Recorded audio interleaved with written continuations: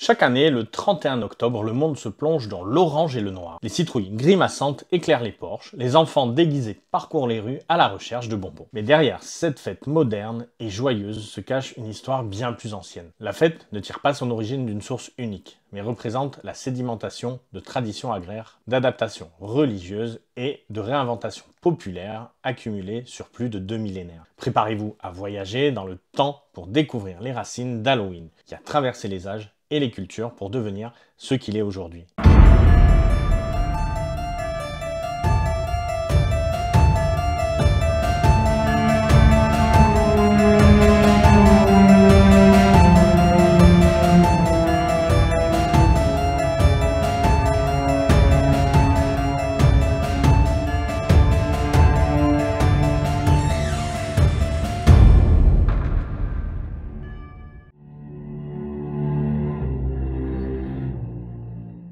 Pour comprendre Halloween, il est impératif de remonter aux traditions des anciens Celtes, qui peuplaient l'Irlande, l'Écosse, le Pays de Galles et certaines régions d'Europe centrale. Pour eux, l'année n'était pas divisée en 4 saisons, mais en 2 moitiés distinctes, une période de lumière et une période d'obscurité.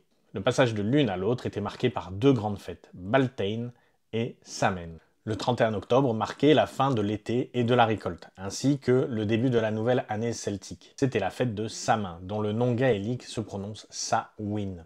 Samhain était bien plus qu'une simple journée. Il représentait la fin d'année celtique et le début d'un nouveau cycle. Pour un peuple dont la survie dépendait de la terre, cette transition était d'une importance capitale. C'était le moment de rentrer les récoltes et de préparer le bétail pour les longs mois d'hiver. La croyance centrale, la plus persistante de Samhain, était que les voiles entre le monde des vivants et celui des morts étaient particulièrement minces, voire suspendus pendant 3 nuits, connues sous le nom de Trinox Samhaini. Cette synchronisation temporelle permettait aux âmes des défunts de circuler librement parmi les vivants. Les morts n'étaient pas les seuls à pouvoir traverser cette fissure dans le tissu de l'espace-temps. Toutes sortes de créatures, bonnes ou mauvaises, étaient également libérées pour une nuit. Cette nuit était à la fois un moment de vénération pour les ancêtres et de peur face à ces entités malveillantes. Cette perception d'un monde surnaturel à la fois menaçant et accessible est la force motrice de tous les rituels de cette fête. Pour se protéger et célébrer ce passage, les Celtes ont développé de nombreux rituels.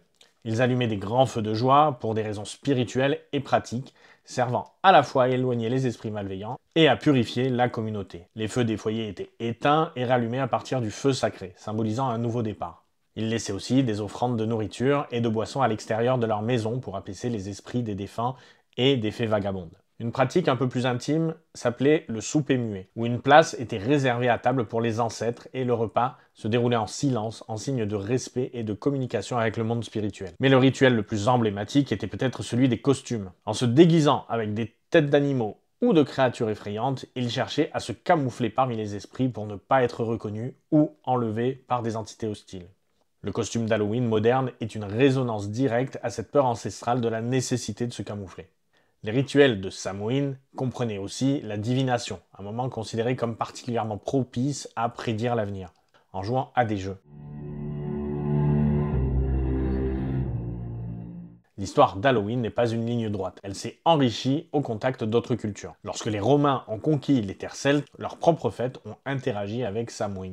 On pense notamment à la Feralia, une fête dédiée aux esprits des défunts. Bien qu'elle impliquât des visites aux tombes et des offrandes, elle était célébrée en février, une date qui ne correspond pas à la chronologie d'Halloween. Le culte de Pomone, la déesse des fruits et des vergers, est souvent cité comme l'origine des traditions liées aux pommes, comme la pêche aux pommes par exemple. Cependant, il est important de noter que l'existence d'un festival romain dédié à Pomone en novembre est contestée par les historiens qui le considèrent comme un mythe moderne. Ce débat montre comment l'histoire d'Halloween est aussi un récit de folklore moderne.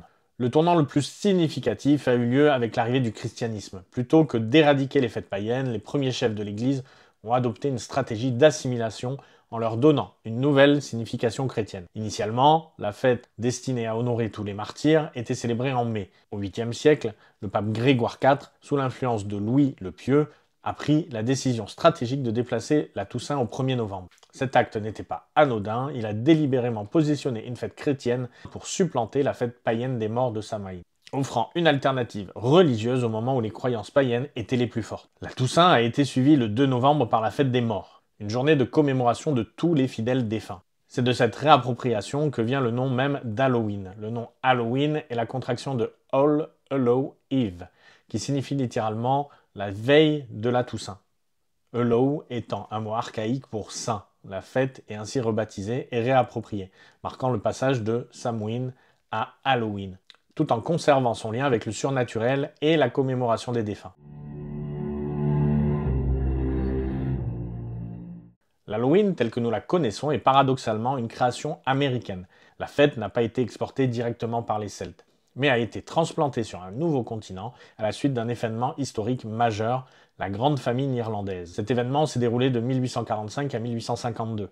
Au milieu du 19e siècle, la famine a poussé des millions d'Irlandais et d'Écossais à émigrer vers les États-Unis. Ces immigrants ont apporté avec eux un riche folklore, dont les traditions de Samhain et leur adaptation chrétienne. Ils sont arrivés dans une société américaine majoritairement puritaine et qui considérait ces festivités avec méfiance. Mais avec l'afflux des immigrants, la fête a commencé à s'intégrer dans le tissu social américain. Initialement, c'était une affaire de communauté avec des rassemblements, des jeux, des farces. Cependant, c'est au début du XXe siècle que la fête a été transformée en un événement de masse. L'augmentation des tensions liées aux méfaits et au vandalisme chez les adolescents a conduit les communautés à chercher des moyens de canaliser cette énergie. Dans ce contexte que la pratique du trick or treating est apparue et a été popularisée dans les années 1930. Les propriétaires ont commencé à offrir des friandises pour dissuader des farces, transformant un rituel de mendicité et de protection en une simple quête de bonbons. Le fait que le trick or treating ait été développé en partie pour contrer ce phénomène montre une évolution sociale majeure. La fête a été civilisée pour devenir un événement familial et contrôlé loin de ses origines sauvages. C'est également en Amérique que le Jack-o'-lantern a changé de visage. Au départ, la légende irlandaise raconte l'histoire de Stingy Jack. Jack est un fermier avare qui parvient à tromper le diable à 2 reprises, mais à sa mort, Jack se voit refuser l'entrée du paradis en raison de sa vie peu exemplaire. Mais il se voit aussi refuser l'entrée de l'enfer en raison de la promesse faite au diable. Le diable, pour se venger, lui laisse pour seule possession un tison ardent venu des enfers. Jack place le tison dans un navet creusé pour éclairer son chemin, condamné à errer pour l'éternité entre le monde des morts et celui des vivants. Les immigrants irlandais et écossais en arrivant aux États-Unis ont découvert que la citrouille, un fruit originaire d'Amérique, était plus grande et bien plus facile à sculpter que les navets ou les betteraves qu'ils utilisaient eux en Europe. La citrouille a donc pragmatiquement remplacé le navet. Chacun des symboles d'Halloween que nous reconnaissons aujourd'hui est imprégné d'un héritage historique qui va bien au-delà de sa fonction décorative actuelle. Les couleurs orange et noir remontent à Samhain. L'orange symbolise la récolte et la fin de l'été, alors que le noir, lui, représente la fin de la saison, la mort et l'arrivée de l'hiver. Pour ce qui est des symboles, les chats noirs ont eu une longue et complexe histoire. Dans un premier temps vénérés en Égypte, comme le symbole de la déesse Bastet, ils sont devenus, au XIIIe siècle, pour les chrétiens, un symbole de malheur et de lien avec le diable. L'image des sorcières elle-même a profondément muté. Dans l'Antiquité, les sorcières étaient des figures païennes de divination, sans image négative. Au Moyen-Âge, la peste noire et les catastrophes ont poussé l'Église à les diaboliser, à les associer au diable et à les persécuter comme des hérétiques. Aujourd'hui, la culture pop les a réinventées, bien plus libres et puissantes, achevant ainsi un cycle de réappropriation et d'émancipation. Enfin, les chauves-souris et les araignées renvoient aussi à ces peurs ancestrales. Les premières sont souvent associées à la nuit, au mystère et aux vampires, tandis que les secondes, avec leur toile, étaient autrefois considérées comme des créatures capables de tisser le destin, un rôle qui les a naturellement liées au monde des sorcières et de la magie. L'histoire d'Halloween est un voyage fascinant à travers les âges et les cultures. La fête a débuté comme un rituel agraire, de transition et de communication avec les morts chez les Celtes, puis ont été superposées par des fêtes chrétiennes pour en changer le sens, pour enfin être transformées par l'industrialisation et la culture de masse. Aujourd'hui, Halloween est un exemple vivant de la manière dont les traditions peuvent évoluer sans perdre leurs racines thématiques. Et même si elle est devenue une fête commerciale et ludique, elle continue souvent inconsciemment de jouer un rôle de soupape de sécurité culturelle. C'est une nuit où les normes sont inversées, où le tabou de la mort est exploré de manière amusante et où l'on se connecte même symboliquement aux thèmes anciens de la peur, de la protection et du cycle de la vie. Que vous soyez à la recherche de bonbons ou d'une bonne frayeur, vous participez à une tradition millénaire, un véritable fil d'Ariane qui relie notre monde moderne à ses racines les plus mystérieuses. Halloween est une célébration de la résilience et de la capacité humaine à transformer l'obscurité en lumière, mais surtout la peur en plaisir. Voilà, j'espère que cette vidéo vous a plu. N'hésitez pas à mettre un pouce et à vous abonner si ce n'est pas déjà fait.